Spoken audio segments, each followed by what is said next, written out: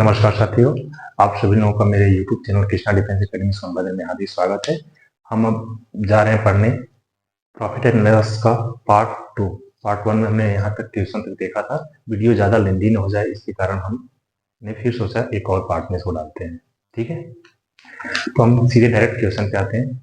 हाँ, एक बार फिर से आप सभी से विनम्र गुजारिश है, निवेदन है, जो लोग नए आए हैं कृपया करके चैनल को सब्सक्राइब करें, अच्छा लगे वीडियो को लाइक एंड शेयर करें। यदि किसी वस्तु का क्रय मूल्य उसके विक्रय मूल्य का 3/2 है। क्या बोल रहा है? जो क्रय मूल्य है उसके विक्रय मूल्य का 3/2 है। 3/2 लिखा हुआ है, तो इसमें बता सकते हो कौन सा क्रय मूल्य है, कौन सा विक्रय मूल्य है। क्या बोल रहा है? किसी वस्तु का क्रय मूल्य उसके विक्रय मूल्य का 3/2 है। यानी कि ये हो गया आपका क्रय मूल्य और ये हो गया विक्रय मूल्य। समझ गए?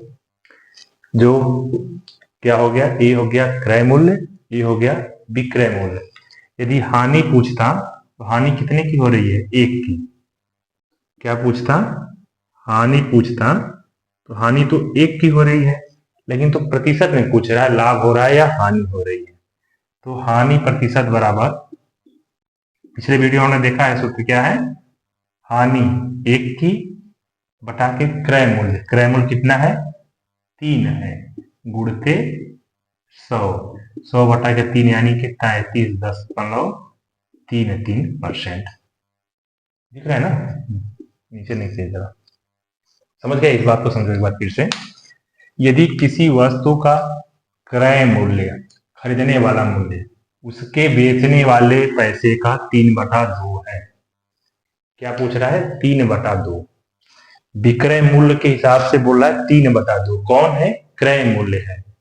ठीक है, तो लाभ या हानि, तो इतने % की हानि हुई है। अब क्रय मूल्य तब 3 रहेगा, ए रहेगा 2।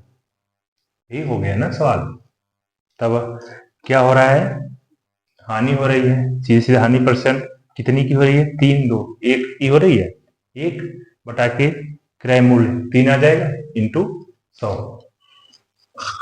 समझ गए कि फिर से? अभी देखो, रुक जाओ, सवाल की भाषा समझो। सवाल कह रहा है यदि किसी वस्तु का क्रय मूल्य, जो खरीदने वाला मूल्य है, उसके विक्रय मूल्य का 3/2 है।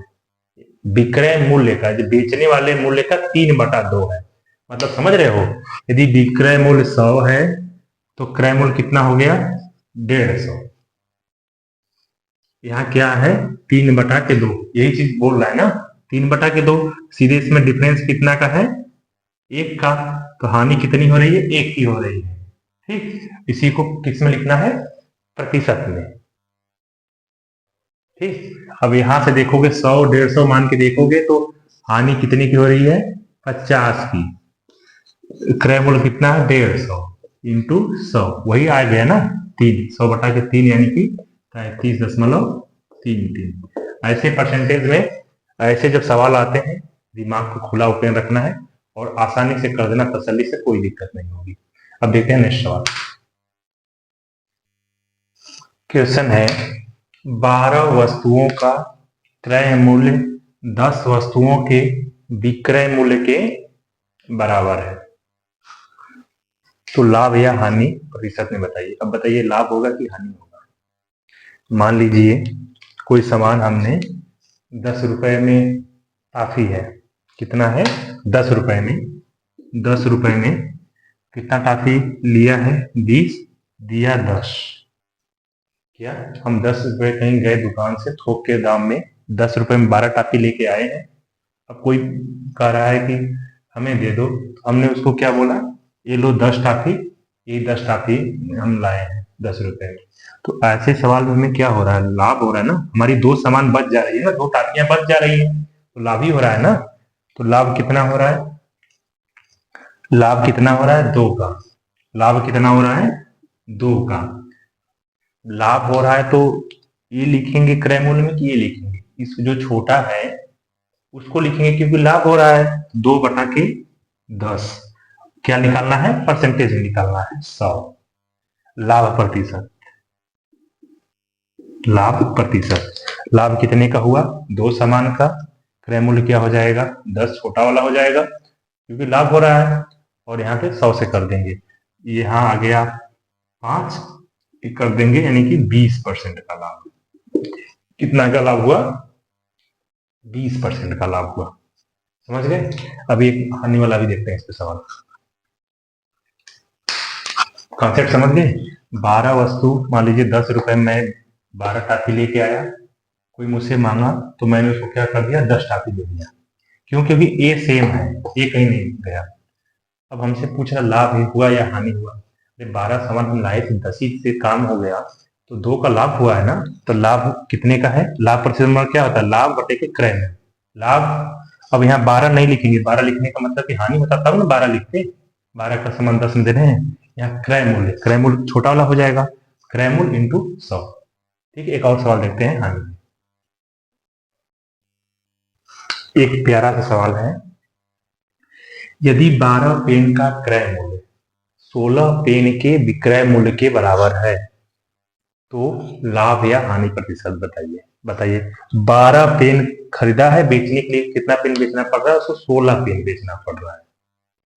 ठीक, तो लाभ या हानि क्या होगा? हानि होगा। ये तो समझ गए। अब कितने की हानि होगी? 12 16 4 की। हानि प्रतिशत बराबर क्या है? हानि बाई क्रय मूल्य इंटू 100। क्या है? क्रय मूल्य कितने का? 12 का, ये 16। इसमें क्या है? सवाल को हल करिए। हमने आपको क्या बताया था? मान लीजिए 10 रुपए में इसने कितना पेन लिया? 12। 10 रुपए में 12 पेन खरीदा था, लेकिन तो किसी को देना हुआ तो कितना इसको देना पड़ गया? 16। तो लाभ होगा या हानि होगी? बताइए। हानि होगी ना। तो हानि प्रतिशत, हानि प्रतिशत इज इक्वल टू कितने की? 4 की। हमने पिछले सवाल में बताया था, यदि लाभ होगा तो छोटे वाले को लिखेंगे, हानि होगा तो बड़े वाले को लिखेंगे। क्रय मूल्य में किसको लिखेंगे? बड़े वाले को। 16 इंटू 100, 4 चौका 16, मतलब कि 25% की हानि हुई। सवाल में ऐसे लिखा रहेगा 25%, ऑप्शन जो ऑप्शन दिया रहेगा 25% लाभ, 25% हानि। घबराना नहीं। यदि 12 पेन का क्रय मूल्य 16 पेन के, ऐसे बना ले, एक समझने के लिए बना दे रहा हूँ। 10 रुपए मान लो 12 पेन खरीदा, उसको बेचना देना पड़ गया 16 पेन, तो डिफरेंस दोनों हो जाएगा, वो हानि हो जाएगा। हानि होगा। हानि, यदि हानि हो रही है तो बड़े वाले को लिखेंगे नीचे, यदि लाभ होता तो छोटे वाले को लिखते इंटू 100। ये हो गया हानि। अब नेक्स्ट सवाल देखते हैं, बहुत ही इंपॉर्टेंट सवाल है। ठीक है, ये समझ जाइए, इस तरह का क्वेश्चन आएगा, आसानी से करिएगा। एकदम रामबाण है एसएससी जीडी के लिए, एकदम एसएससी जीडी स्पेशल चल रहा है, समझिए। एसएससी जीडी के लिए तो स्पेशल है, पक्का न पक्का इस पे, या जो अगली सवाल जा रहा हूं बताने उस पे एक सवाल पक्का आएगा, यानी कि 2 नंबर क्लियर बता रहा हूं। 2 मिनट, 1 मिनट इसको देख लीजिए, 1 मिनट अगला देख लीजिए। पक्का वीडियो को बिना इसकी बिना भगाए हुए देखिए, मजा आ जाएगा। आ गया एकदम जाना पहचाना सा सवाल। क्या है? एकदम जाना पहचाना सा, बहुत ही वायरल है। 60 वीडियो में भी ये सवाल आती रहती है, इसी को उठा दिया हमने। राकेश 5 रुपए में 6 केला खरीद के 6 रुपए में 5 केला बेचता है, लाभ या हानि प्रतिशत बचाइए। इसके लिए 2 नियम। कितने नियम? 2। डायरेक्ट हल ही कराता हूं, बकवास करने का समय नहीं है। 5 रुपए में 6 केला खरीदा, 6 रुपए में 5 केला बेचा, इसका हो जाता है तिर्यक गुणा।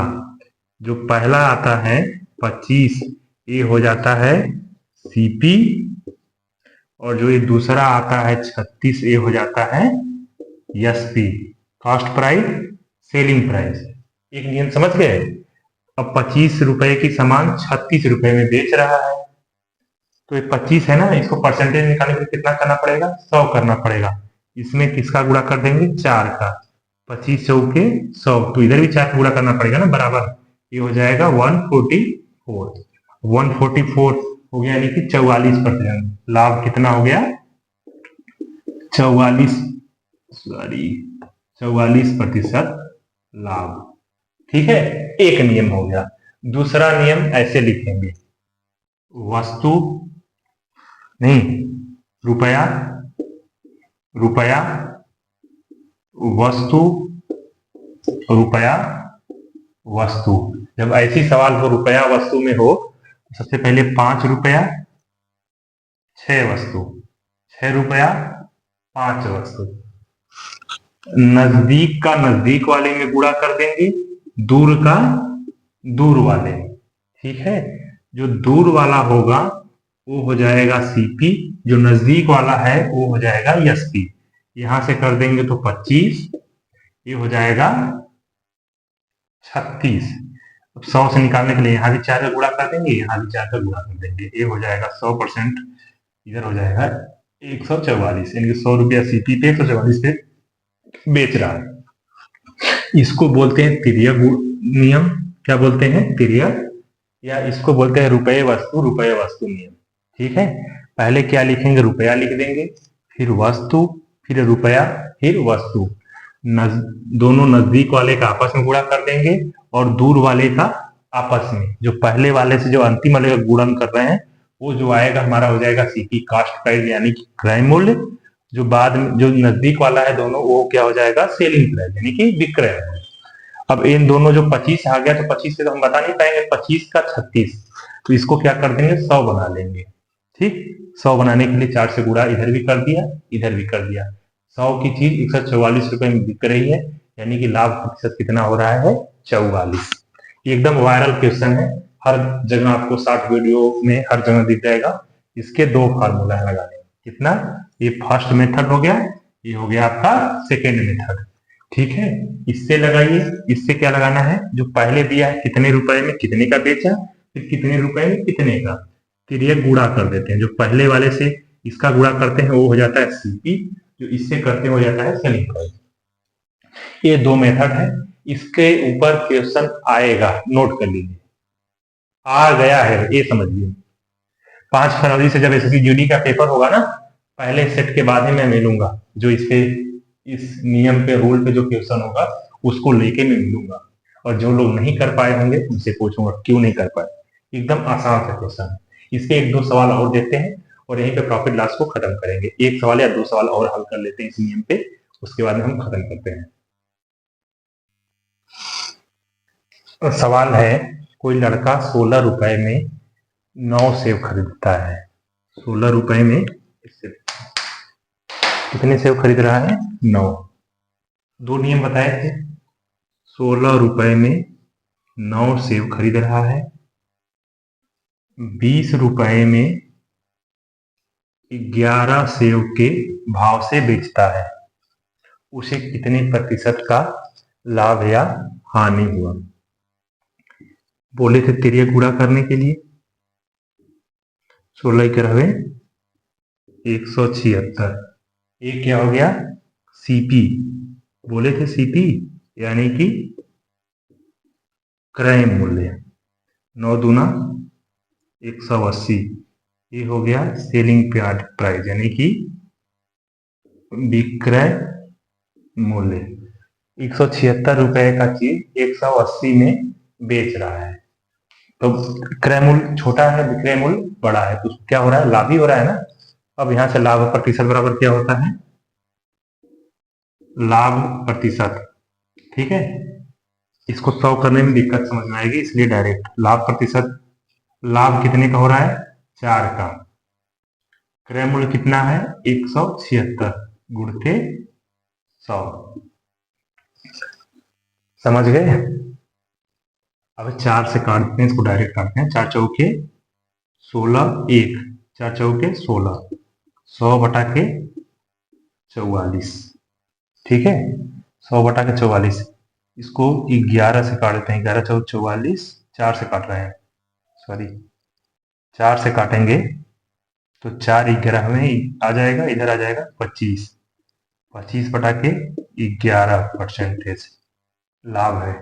तो 25/11 क्या लिख सकते हैं, 11 दूना 22, 11 दूना 22, 3 बटा के 11%। लाभ प्रतिशत कितना है, इतना। दूसरा तरीका भी वही था, यहाँ क्या लिखते हैं, रुपया वस्तु, रुपया वस्तु, रुपया कितना था 16, वस्तु 9, रुपया कितना था 20, वस्तु कितनी थी 11। नजदीक का नजदीक वाले से, दूर का दूर वाले से गुणा करते 176, और इधर भी किया जाता है 180। इस नियम से ये हो जाता सीपी, ये हो गया सेलिंग। इस नियम से लगाइए या इस नियम से, ठीक है। सवाल लगेगा, आंसर आएगा 100%।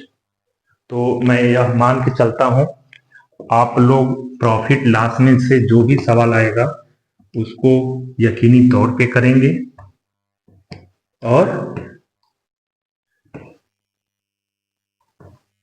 कम समय में करेंगे। जो भी नए लोग आए हैं कृपया करके वीडियो को लाइक शेयर करें और चैनल को सब्सक्राइब करें। आप लोगों का वही आशीर्वाद मेरे लिए। आप लोग जब वीडियो लाइक करोगे, शेयर करोगे और मेरे चैनल को सब्सक्राइब करोगे, वही मैं समझूंगा आप लोगों की तरफ से मेरे लिए बेस्ट विशेज है। अब देखेंगे हम नेक्स्ट चैप्टर। तब तक के लिए इजाजत। नमस्कार, जय हिंद।